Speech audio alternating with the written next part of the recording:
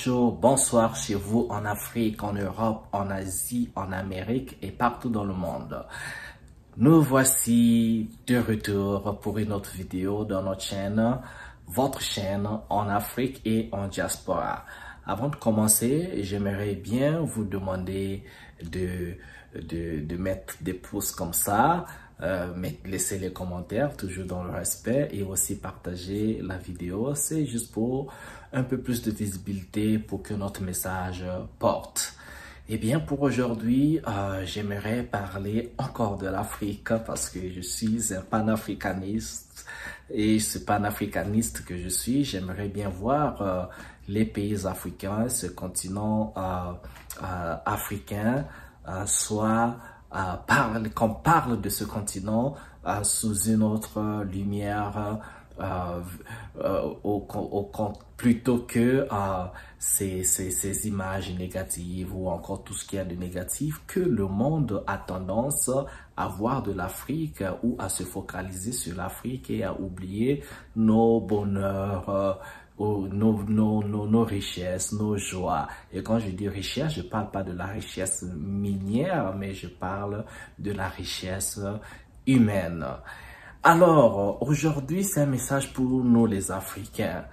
J'aimerais demander aux Africains, j'aimerais nous demander, est-ce qu'on peut aimer l'Afrique un peu plus? Quel que soit le pays africain d'où vous êtes, Afrique de l'Ouest centrale, Afrique de l'Est, Afrique du Nord, eh bien, tant que vous êtes sur ce continent africain, je sais qu'il y en a beaucoup, nombreux d'entre nous qui aimons l'Afrique. Mais j'aimerais nous demander d'aimer ce continent un peu plus.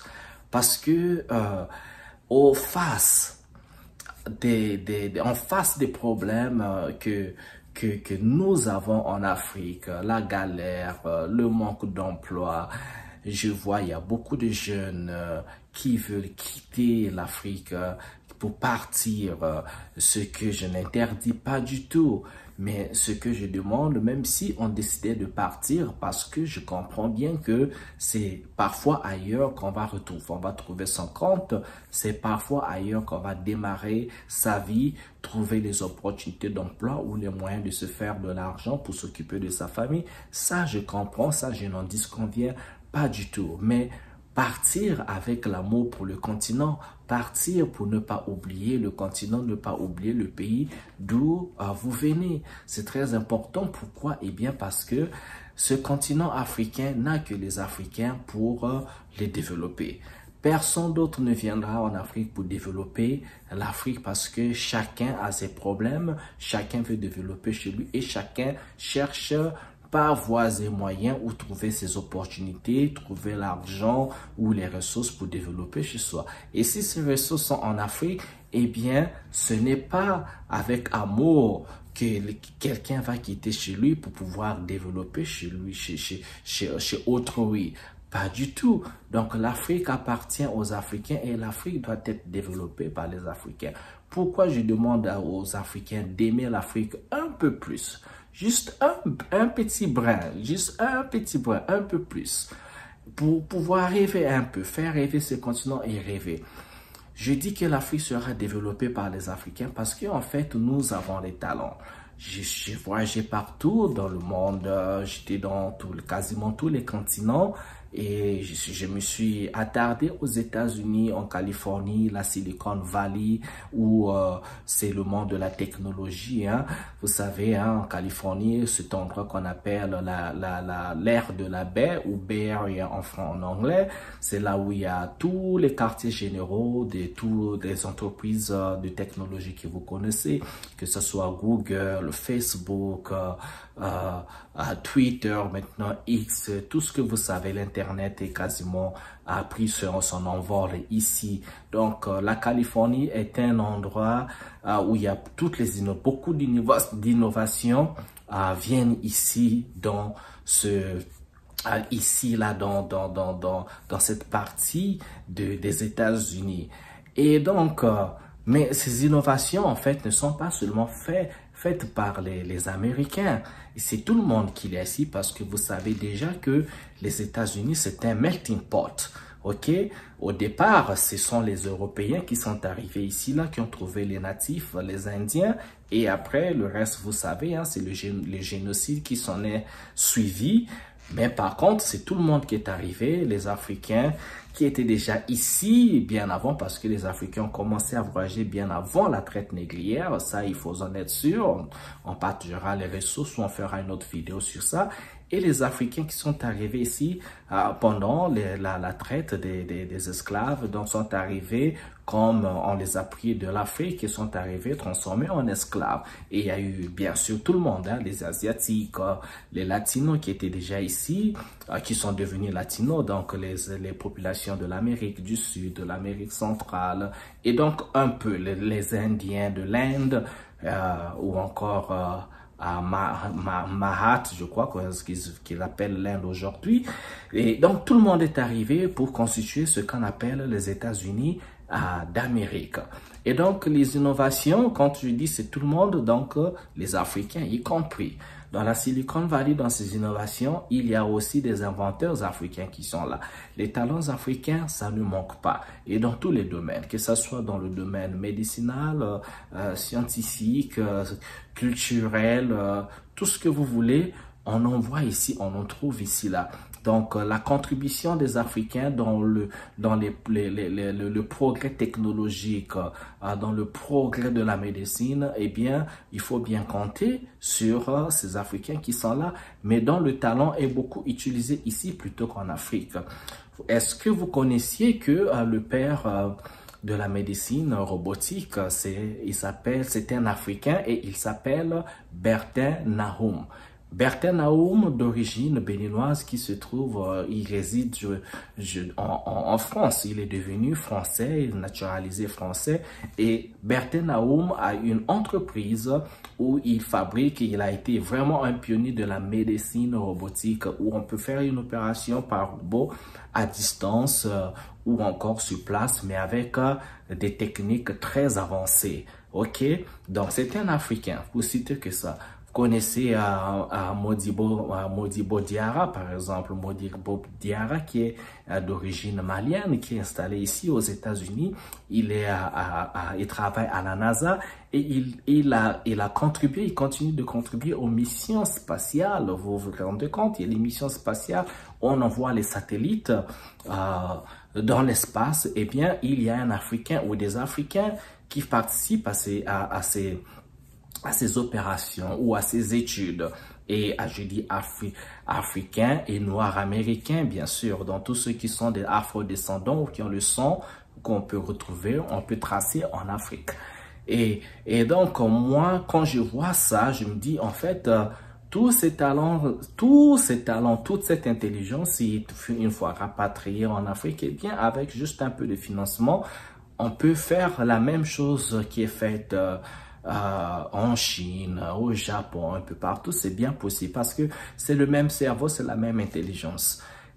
Et quand je dis aimons l'Afrique un peu plus, et c'est tout le monde, hein, c'est les dirigeants, ceux qui tiennent les portefeuilles, ceux qui peuvent accéder aux ressources, donc l'argent des pays africains. Si on peut aimer l'Afrique et dire que non, ben écoutez, cet argent, au lieu d'aller ouvrir les comptes bancaires dans les pays étrangers, au lieu d'investir toujours à l'étranger, on peut investir un peu plus sur le continent, mais investir dans l'intelligence africaine.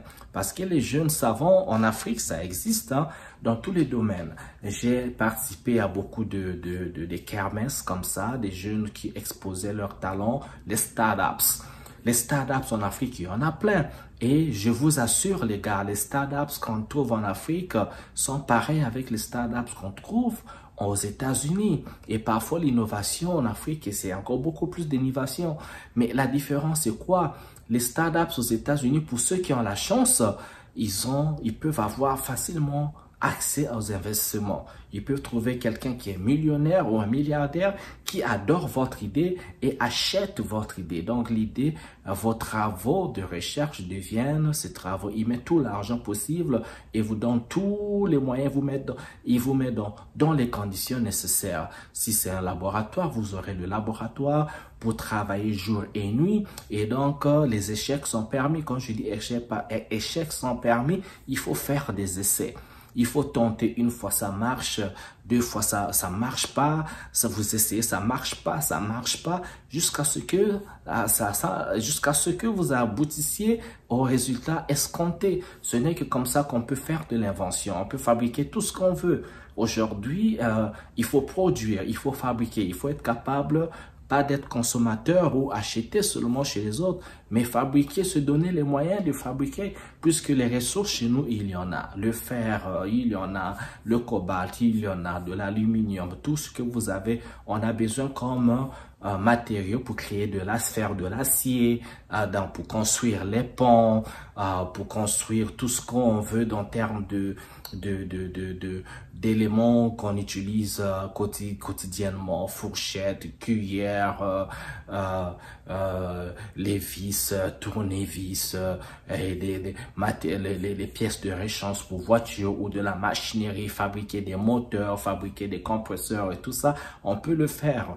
Aujourd'hui, avec un peu plus d'amour, on met l'argent, on voit les étudiants aller étudier en Europe ou bien dans les écoles, parce que vous voyez, depuis tout le long de l'histoire de l'humanité, il y a toujours des écoles qui évoluent ou qui excellent dans tel ou tel domaine dans différentes parties du monde. Vous avez, avec l'Égypte, il y a eu plein des étudiants grecs comme Platon, Aristote et tout ça, étudiants grecs qui étaient allés étudier en Égypte pendant plus de 20 ans, 15 ans, 20 ans. Et ça, ils ont étudié en Éthiopie, à la Nubie. Après, on a eu donc, l'histoire a évolué. La civilisation est partie donc de la vallée du Nil vers la Grèce. Après la Grèce, on l'a vu transposer à la Rome.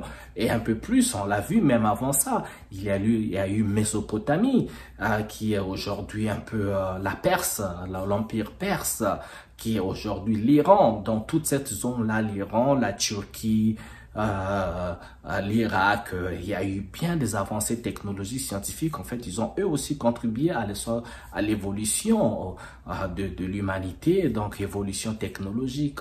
Et ça a existé en Afrique, au Moyen-Orient, un peu partout. Mais aujourd'hui, l'Occident semble être dominant, mais on ne va pas oublier l'Orient. Vous voyez ce que les Chinois font aujourd'hui. Donc chez nous également, c'est possible, juste avec un peu d'amour et on met les technologies et boum, on va y arriver. On peut bien le faire. Si on le fait, eh bien, je pense que les choses iraient pour le mieux pour tout le monde. C'est ma vidéo pour aujourd'hui. Donc, je voulais bien vous dire que moi, j'y crois. Et si tout le monde pouvait y croire, ce serait bien. On peut le faire, les gars. Merci de m'avoir suivi. Je compte sur nous tous pour le développer. On se retrouve à une prochaine vidéo. Ciao, ciao.